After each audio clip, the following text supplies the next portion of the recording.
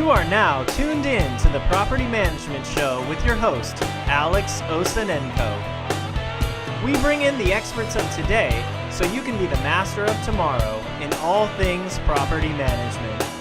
Whether it's getting more doors, running a profitable fee-based business, or by simply being the best property manager. So, grab a pen and paper because this episode is sure to be a good one. Thank you and enjoy the show. Ladies and gentlemen, welcome to another episode of the Property Management Show. It's a privilege to have you here with us.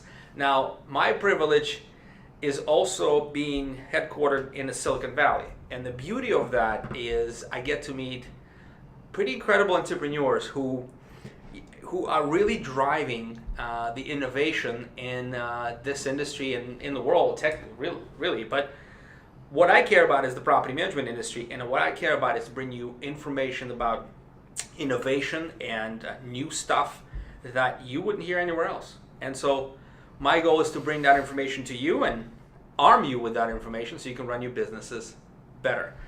And so with that, firstly, I don't believe I've ever asked for this, but if you enjoy the show, if you listen to it, if it helps you out, I would appreciate it if you take a few minutes and go to iTunes and give us some comments and maybe a few stars, hopefully 5.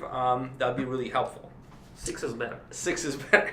4.5. 4.5. 4.5. Yes.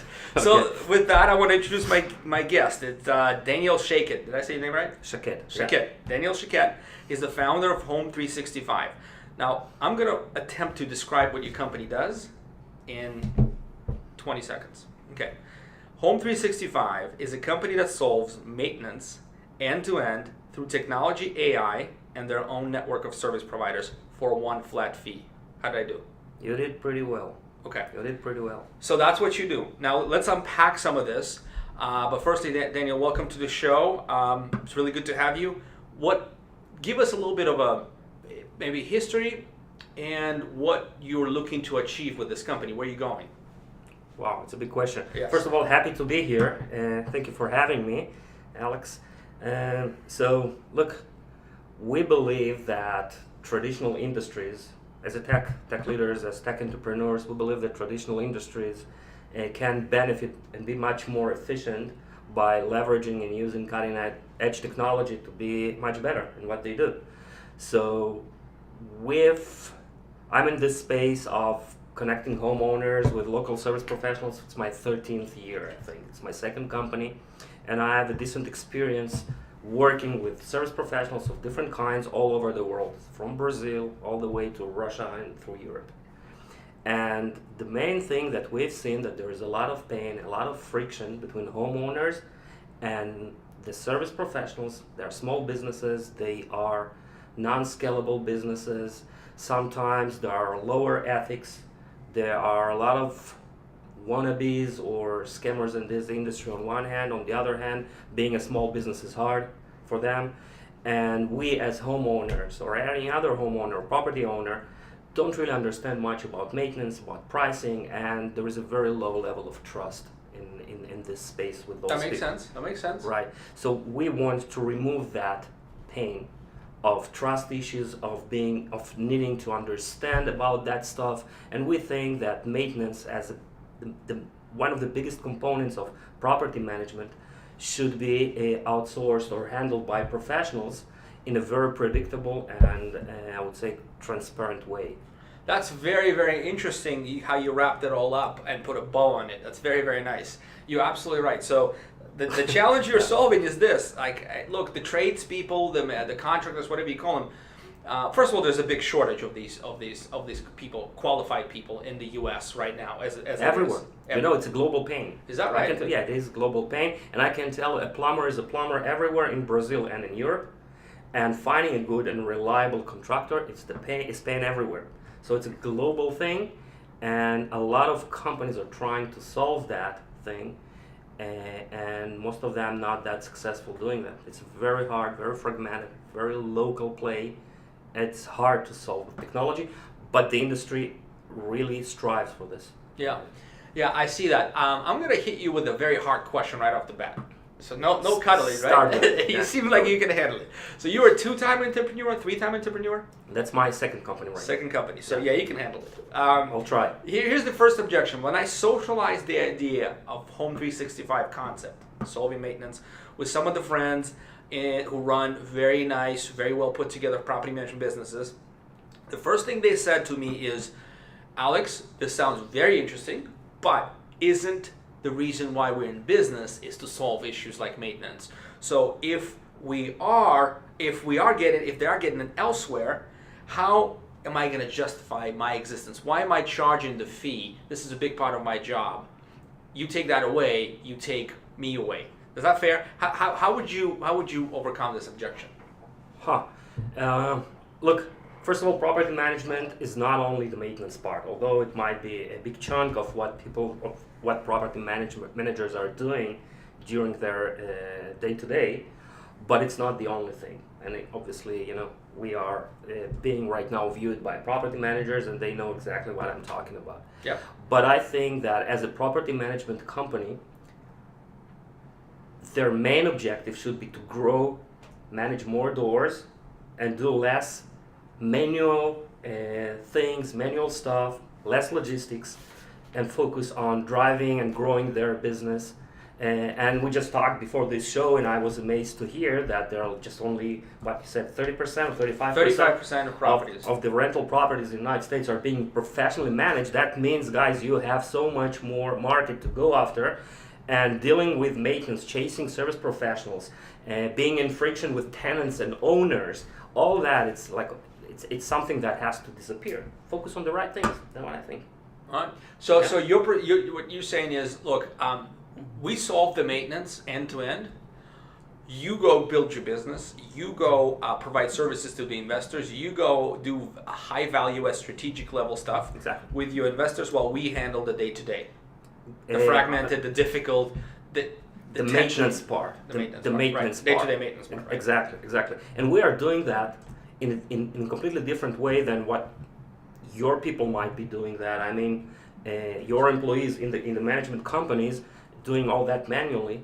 We are able to today to predict spend around certain properties by leveraging data, a lot of data. You mentioned artificial intelligence. That's one of the things. The ability to look at a house, at an address, and figure out how much this house will need in terms of maintenance during the next 5 years, and build on top of that an insurance product that property owners will be able to opt in, buy it, and pay on a monthly basis, a known kind of price, known number, and from that point on, forget about unexpected expenses. Is something that removes this friction and frees the property managers to deal with more business and grow their business. So I see the value proposition 100%. It sounds good, Daniel. Let's start unpacking some of the things that I think our audience might be interested in. Number one of the key advantages of a property management company, a good one, is the network of service providers. You mentioned how fragmented it is, how ethically sometimes challenged this particular segment industry is, right? But at the end of the day, the property management company was able to build a fairly good group of people, tradespeople that they can trust and work with, and that's their potentially competitive advantage to some extent. How do you go about doing that? How is your solution better? So from the service professional standpoint, as a marketplace in a way where we connect people to take care of properties, we need to have a great ability to assess their quality and to vet out the bad guys and keep on rewarding the good guys that are working with us. The way we do it is 100% technology-based thing. There is no way in the world to know exactly how good a service professional is unless you measure everything that he does over time and able to aggregate it into fancy algorithms, very similar to what everyone has in the United States, the financial credit score, right? You don't do anything special, you just transact, you pay your bills, etc., but there's a number above your head. Correct. So that's what we're doing. We are obsessively aggregating every aspect of how service professionals, those trades people, are dealing with incidents, how they communicate, the response time, average response times, ratings by tenants, etc., and we are able to very quickly figure out who are the good guys I'll give you just an example. Yeah, that'd be great. Yeah. A person that is constantly late for a meeting will never finish the tenant's turnover on time, because that's his DNA. Okay? A person that reschedules you after someone waits for him because he got a better job right now somewhere else. That's what they do. They are not scalable businesses. They chase after a bigger stake. Yep. Right? So they would call you, and amazingly, it's always the same thing. My car broke, my wife is in the hospital, things like that. Oh, I get that right? all the time. Yeah. All the time, right. So, and the real thing behind it is we want to know that this is your pattern, this is your personality trait, this is your ethics as a business, and we don't want to work with you simply because we need someone reliable that would charge fairly, have great workmanship, and great, I call it, serviceability. In terms of customer, I like it. Yeah. In terms of customer service, so ability to profile the people as fast as possible. It's not a product, right? The plumber is not a barcoded product. It's not an iPhone which you can read reviews online. The ability to figure out if this person is good and what is the right match over the right project is magic. Okay. That we're doing. So that's one thing, and I think we are much better here than a manual list. Secondly, we have a completely different set of contracts with those people. They're obliged for SLAs. That means if they get a severity 1 problem, they have to respond within 2 hours. If it's a less important thing, then so you build contractually. You build out your relationship in a way where it's advantageous and it's contractually, but it's also our ability to manage and monitor how they perform based on that contract in real time. So having everything done through technology, apps, and a platform gives us the ability in real time through dashboards to see average response times, average the pricing that they are charging, okay? And practically we are building this quality score, we call it, which is very similar, as I said, the financial quality score in a way. And those who are of a better quality score get more jobs, get matched with the right jobs, and all that matching thing. Here's the magic: is to predict a successful outcome of this incident in the most efficient way. I like that. So matching is important here. I think you described to me, a particular problem. I think when you and I talked on the phone, one of the things you said, like, well, if there's a leaky faucet, like, do you really need a plumber here, or do you need a handyman, right? Like, who's going to estimate, and match them with the right cost, right? With the right cost provider. Right. So our system is matching. The matching algorithm that we've built is matching the right people over the right project to have it done in the most efficient way in terms of cost, time, and everything. So we're looking at, like, right now at around 40 different signals, we call it. I mentioned again artificial intelligence. We need to feed that algorithm. So we are looking at who was the right professional that did very similar jobs to that type of job for people of that demography, like your tenant or the property that he's serving right now. Mm-hmm. So kind of low-end guy, we wouldn't match him with a high-end property for many reasons, but mainly because there will be now no fit between the pricing, between the quality of work, and every other possible aspect. What about the actual, on the front end, getting information on a particular break or particular maintenance issue?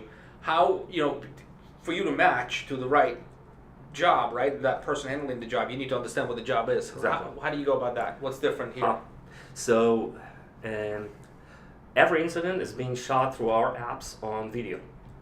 We guide the tenants or the homeowners, whoever's using our app, on top of the screen, like a teleprompter that goes, for those who are reading the news, what are the right things to show, to mention, and to ask for.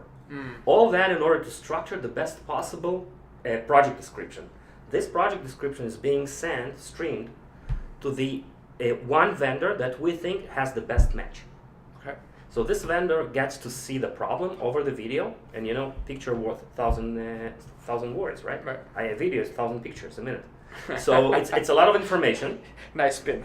Oh, really? So I like that. Yeah. So a video is a great way to understand the problem, and then both sides are being onboarded to a messaging platform where they can discuss everything through video conferencing, through chat, pictures, whatever is needed. This, by the way, reduces a lot the need to travel in order to estimate the job. So we'll leverage like simple things like video conferencing, and everything, by the way, is being recorded. So this same tradesperson or the property manager who is overseeing all that process has that conversation recorded. So they can come back to their office, to their home, service professional, look back at it and estimate what he needs to bring, what type of tools, how much it's going to cost. Everything is being there, leveraged by that video. So I'm a great believer in real-time communication, leveraging technologies which are essential for people to communicate through. So we analyze that video. Yep. So we analyze the video automatically. We analyze what people say. The tenant, when he describes the problem, he speaks naturally.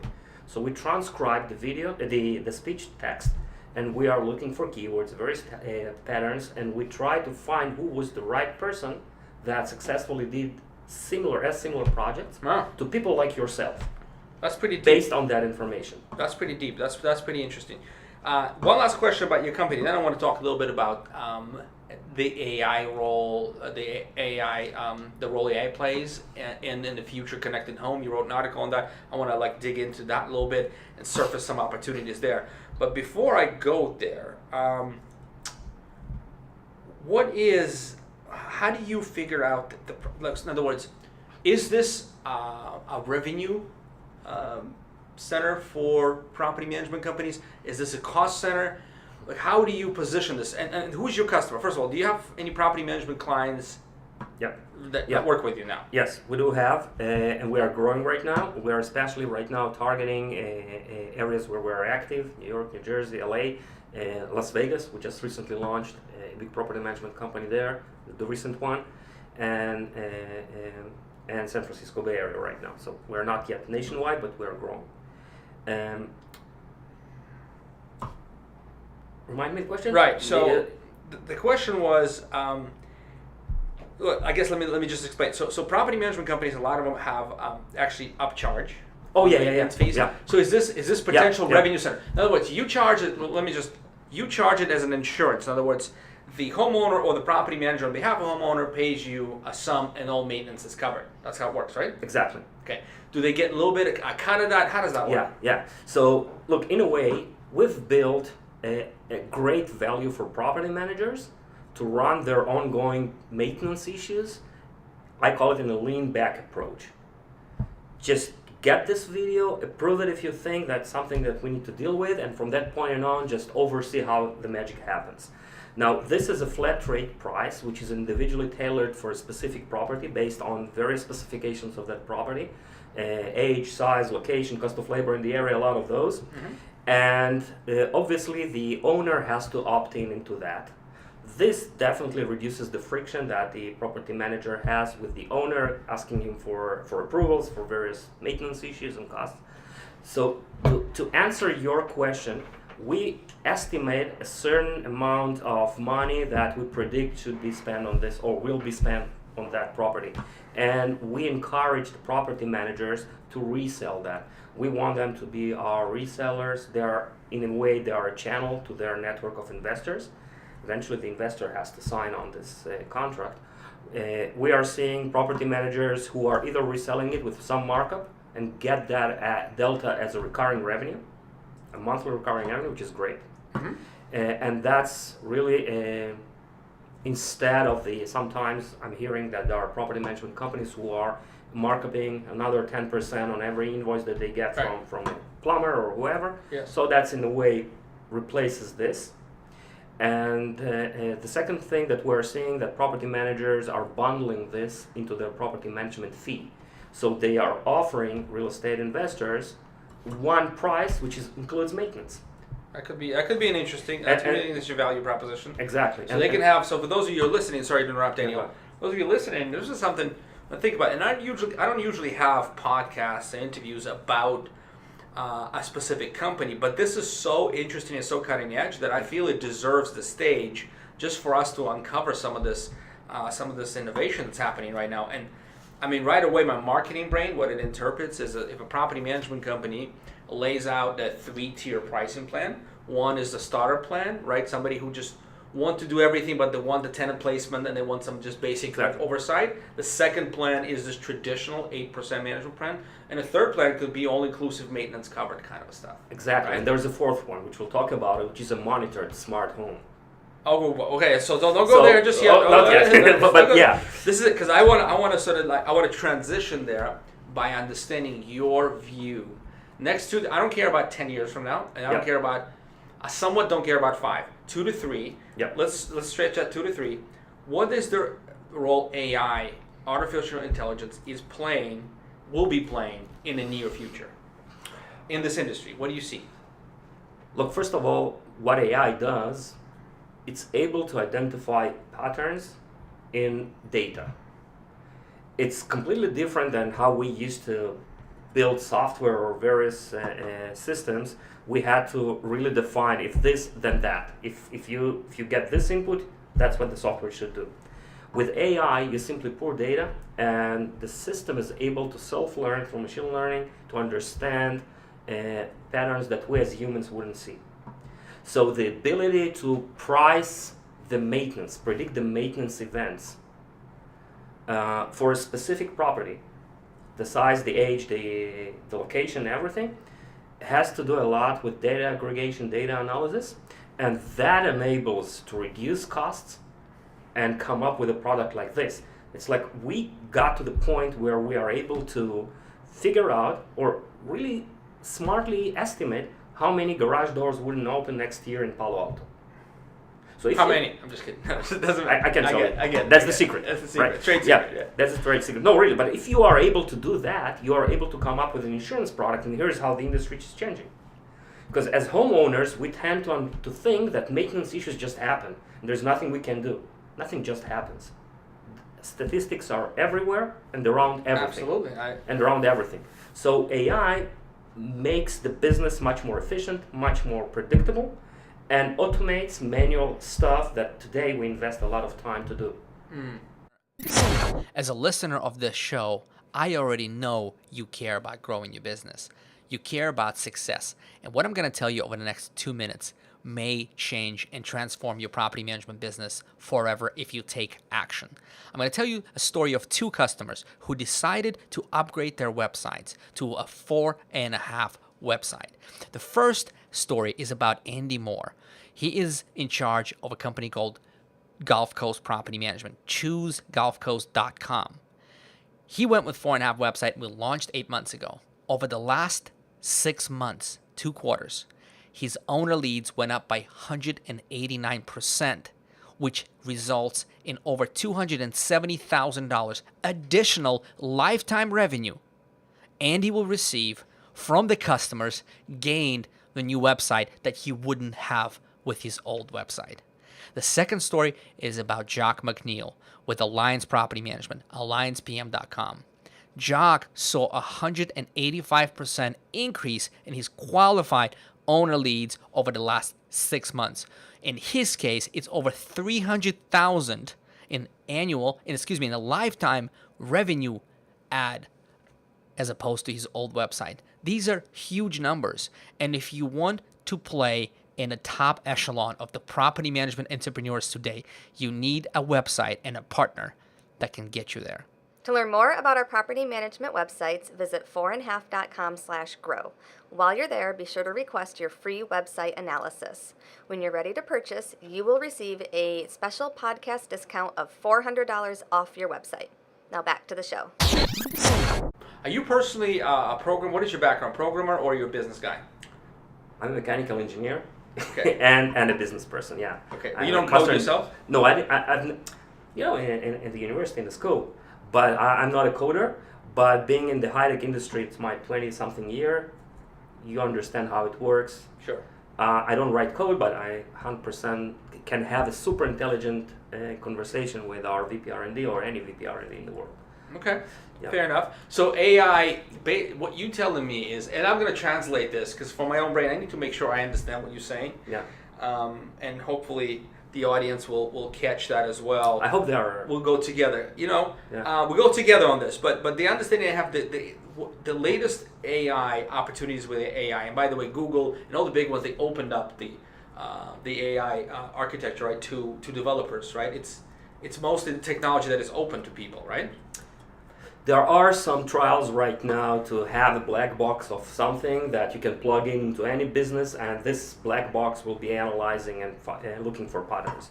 It's yet to be proven. It's not really commercial yet, and every business is its own. Like I can tell you that in property management, and let's talk about this specifically.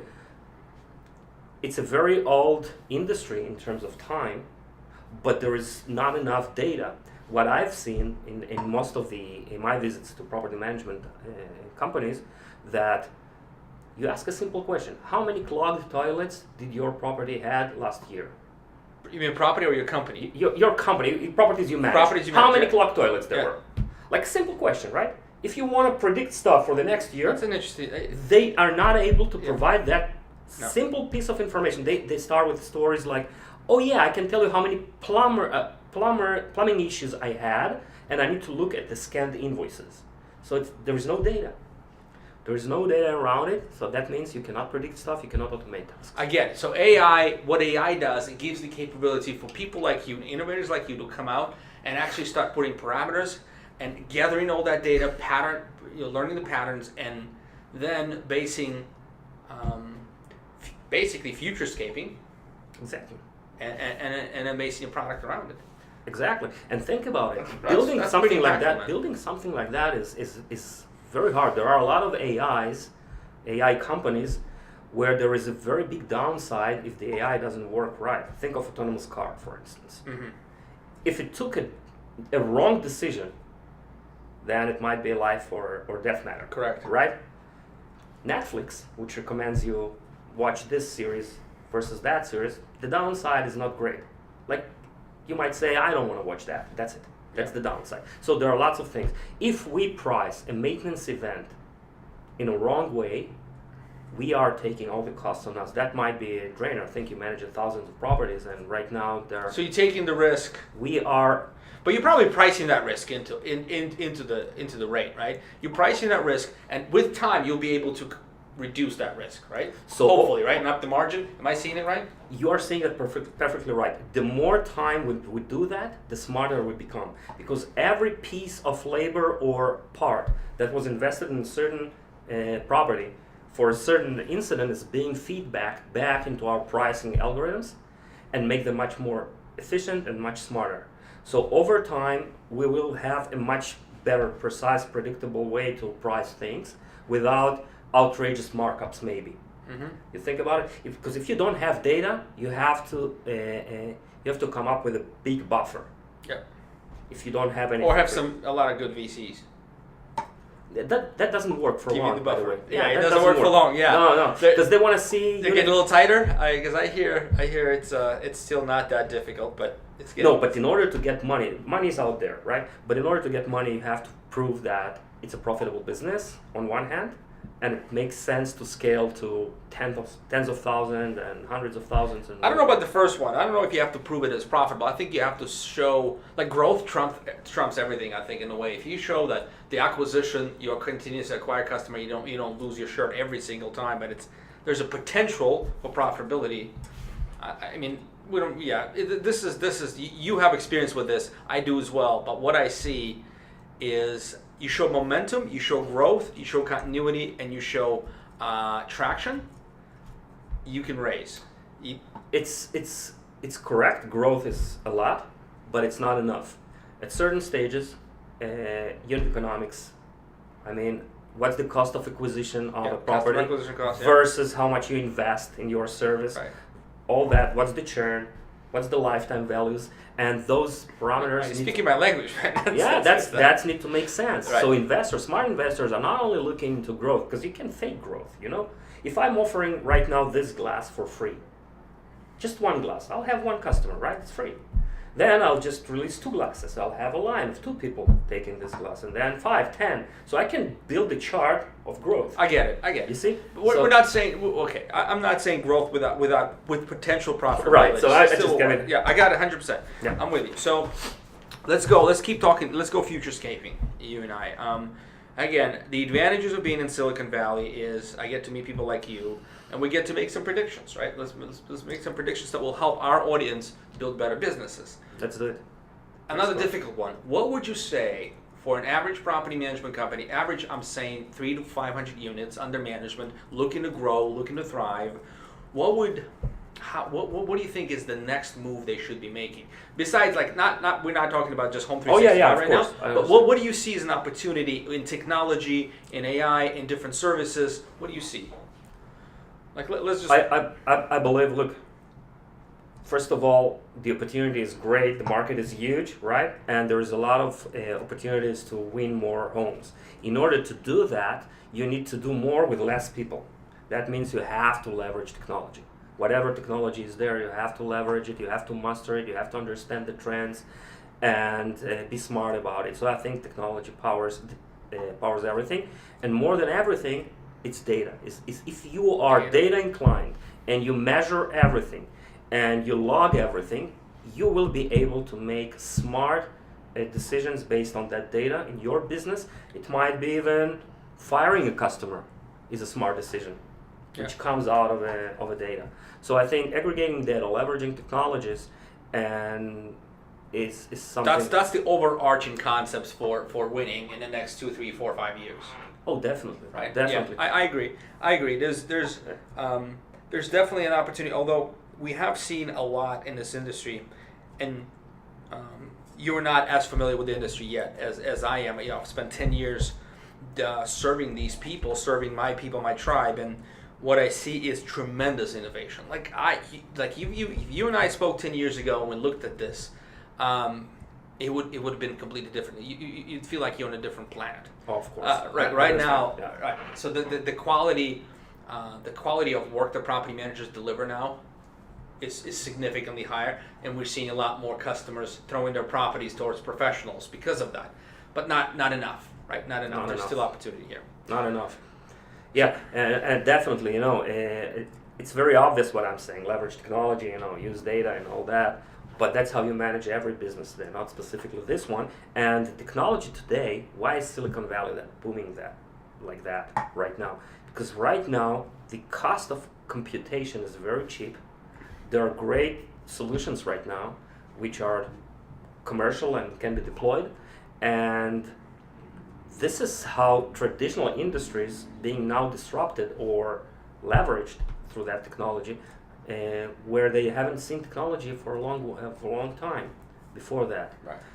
It might be trucking industry, shipping industry, it might be logistic, real estate tech. It's a vertical. There are VCs who are specializing in real estate tech. For sure. It wasn't there a year ago, 2 years ago maybe. InsurTech. Everything that's happening right now with new insurance companies which leverage AI to predict insurance cases versus, the old-fashioned insurance companies who are still insuring fur coats, and things like that, like silver china and whatever. Nobody has that. But they wouldn't insure a laptop or an iPhone that people have at home. Interesting. So, yeah. So what do you see, and let me look, make sure time, this is, sometimes we get into very interesting conversations. I just don't want to cut short. I want to kind of bring it to some kind of logical conclusion, right, and a takeaway. But what do you see as the future, you talk about future connected home, talk about that a little bit and connect it to the industry if you can. Yeah. Like, what would be the advantages for property management entrepreneurs of what that home is going to look like 2, 3, 4 years from now? Oh man, you know what? It's one of the most exciting things, I think, how the future of our homes and our living is going to look like. And there is no doubt that the younger generation are do-it-for-me type of people. And the older generation is more adapted to technology right now. I have 80 years old parents who are doing FaceTimes with me, using messengers and all that. So it's not an issue anymore how to operate a smartphone. So, and obviously, when we are looking into the future, the services that homes are going to get will be enormous. I mean, when I say services, right now we have Amazon Alexa delivering food to our doorways, we have Google Express, we have various services that thermostat, maybe I have a Nest thermostat, you know, right, but right. nothing is connected. That's my problem, man. And Android TV, everything is freaking just its own thing. But that's the thing. They are making a little step. How to say that? Small steps. Baby steps yeah. into your home by offering you meaningful services that people need, and they power those services by technology and sensors. So take a look again. Let's go back to Amazon. They started with this Alexa, and we thought that it's a great tool to turn on the lights maybe and play music, right?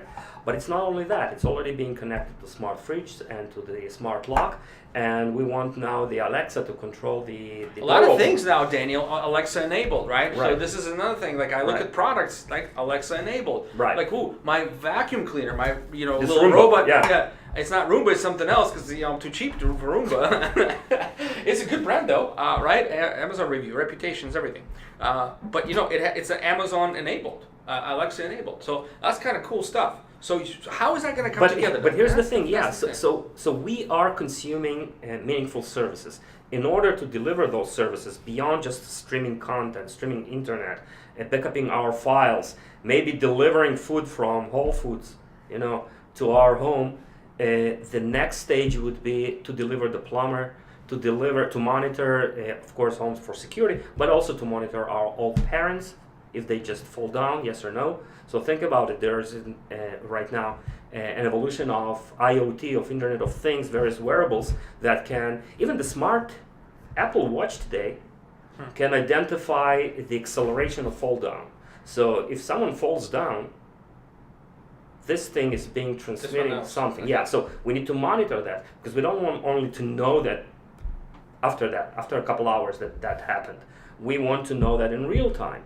So every aspect of our life, like monitoring the health of people that we care about, of our pets, of various important devices, and home, by the way, is the most consuming cash cow of our money. Right? We are spending on average $5,000-$6,000 a year just to maintain our homes. Mm-hmm. Okay, so this is I think the heaviest or biggest expense, maybe just second to health insurance or maybe education, right? So how do we optimize that? So all those giants, the Googles of the world, the Apples of the world, telcos, whoever, they all realize the same thing. If you want to be in the play of powering the next digital home, you first need to offer meaningful services. And meaningful services means services that people will buy, opt in, and then you can optimize them and ensure the quality of that service through various sensors. So if you have a leak detector below your water heater, and that your tenants might never know that there is a leak, we want to know that before it becomes a major catastrophe. Because later on we'll need to address it at our own expense. So we want to predict that. We want to place a small vibration detector on your AC motor or on the old fridge motor, and to know that something in this motor starts to vibrate not as intended, and we want to be there before it fails. Okay, and take a look at it before it goes wrong. I've met cool companies who have right now termites microphones. You place tiny microphones around your property, and you are able to listen to the noises of that, how to say that? Termites? Yeah, termites, yeah. So, and not only to listen to the noise and know that there are termites somewhere, know exactly where they are, because you wired it Pinpoint this out. out, wow. Exactly. And you know what type of termite it is, so you can address it the right way and not how it's done today. Let's Right? talk about distribution. So this is all extremely interesting, extremely interesting. Like we're talking Ray Kurzweil stuff. I don't know if you know this futurist. I read his stuff quite a bit. I read his stuff about this 10 years ago, which is it's But it's happening happening now. today. Right. It's happening. Yeah. Here's my question: distribution, right? Yeah. I don't see many homes being built with these sensors. Maybe some bigger communities, but like the individual single-family homes, they're not even wired for Cat 5. They're not like I'm talking about. They just started wiring them for Cat 5 cables when nobody's using them anymore. You know what I'm saying? So Right. how the distribution is going to work? How do you think that's going to roll out? So here's the thing. Look, new properties, and we've seen a lot of those, are already built as smart homes. Really? A lot of them, yeah. And you see the owners with like 50 different apps. There is an app that measures the water in the pool. And there is an app that measures the humidity of the ground and turns on and off the watering of the lawn. Okay? Because you want to spend as little water as possible and still have the lawn green. Right. Okay. But it's all upscale homes, though, right? It's So, not yes, for now, right? Yes, right. Right. And so the way we are in our company are doing that, since we are taking full responsibility on the maintenance to the extent where we take the extra costs if we didn't predict them. Take the hit. Okay, Yeah. we take the hit. Sure. So we wire the homes, not every home, but the homes that we have a good reason to believe that we are going to might fail there. Okay, we are placing various sensors around the systems that tend to fail. Like, again, water heaters, that's easy. There are technologies available right now. The only thing is how to integrate the data, the signal. the signal, exactly. How to integrate the signal, understand the signal, and send the person over at the right time before it fails. And there are different devices, different sensors, and there's no standard. And we're never going to go to legality of it because there's permission to enter. There's all kinds of things that which I don't want to get into right now, right here, to be honest with you. Oh, yeah. But I'm sure Yeah. you are limited by Sure. a lot of things. But that's not the point of the show today. We're not going to talk about why you can't enter. Might be good, interesting. Interesting point to cover Yeah. maybe in the future. But I get it. I'm sure you get into some roadblocks. But the idea is quite fascinating. And so all those things. Back to my question, Daniel. This is now selfish, but also I'm sure everybody wants to know where we're going to live in these places. What do you see is an opportunity? When am I stuff going to start talking to each other? Like my Android TV is freaking smart on its own, but it's dumb when it comes to my Alexa. Like it can turn it on and turn it off, but that's it. It can't do anything else. Vacuum cleaner, it's smart when it comes to Alexa, but it can turn it off, turn it on. You know what I mean? And then there's also a lot of things that don't talk, like Nest. Nest is kind of smart on its own, but There are so many companies right now trying to work this out and have all the devices and Internet of Things talk to each other. That's the future of the world, and that was not possible without the AI part. So you have to you collect a lot of data of the appliance itself. Let's say we monitor health of a certain appliance, right? So we collect a lot of data, and this data is meant to provide a predictability around certain event, and obviously this data needs to be connected to something that can transmit that data to the real service provider who can take care of that. So you were asking about different other devices. If it makes sense for them to be connected together, technology is just around the corner, and the prices are dropping down. Yeah. And the real thing is to find the real use cases that would save money for people and make their lives much more efficient and hassle-free. So it's not only about the fun of turn on the lights, play music. It's all about saving more money, having predictable events, more predictable events. And helping the environment too, right? That's you're helping the environment, efficiency obviously. brings a lot of things. And that saves us a lot of time, actually, and money to focus on the things that we like and love and do whatever we think we should be doing instead of looking for some service professional or whatever online trying to get hassle all that, and then bet on someone randomly because he has a couple of stars somewhere. So you're taking Yelp down. I think you will get a lot of applause from my clients and the listeners.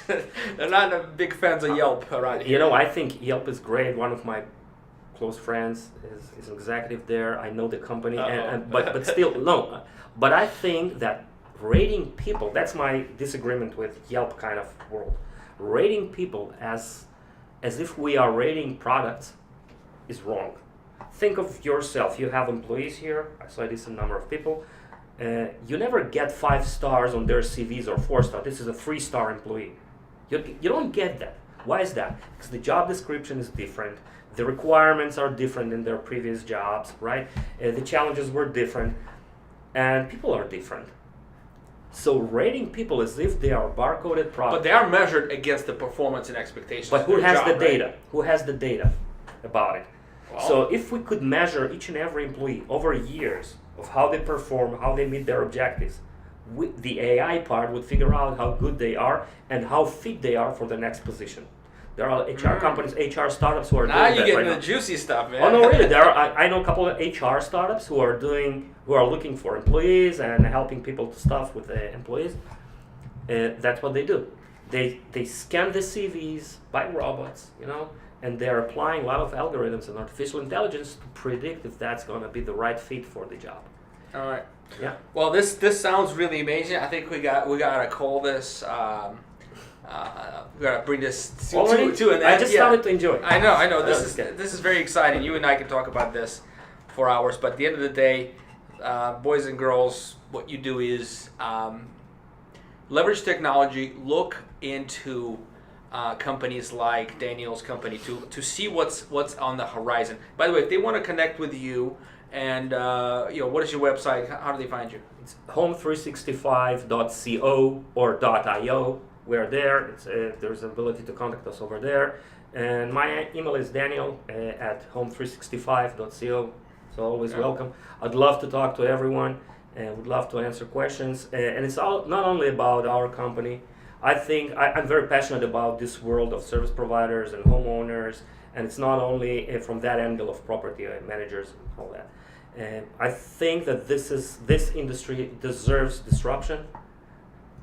I think it's gonna look very awkward in 5 years. Looking back, thinking that we had to go to sites like Yelp, like others, read reviews, randomly bet on someone, and wait for them to come over, get quotes, and then hope that something would happen positive. So think of a past, right? All right. Yeah, We'll I think see. the world goes towards trusting providers. I mean, probably big brands that would power our future homes in terms of what they offer to us.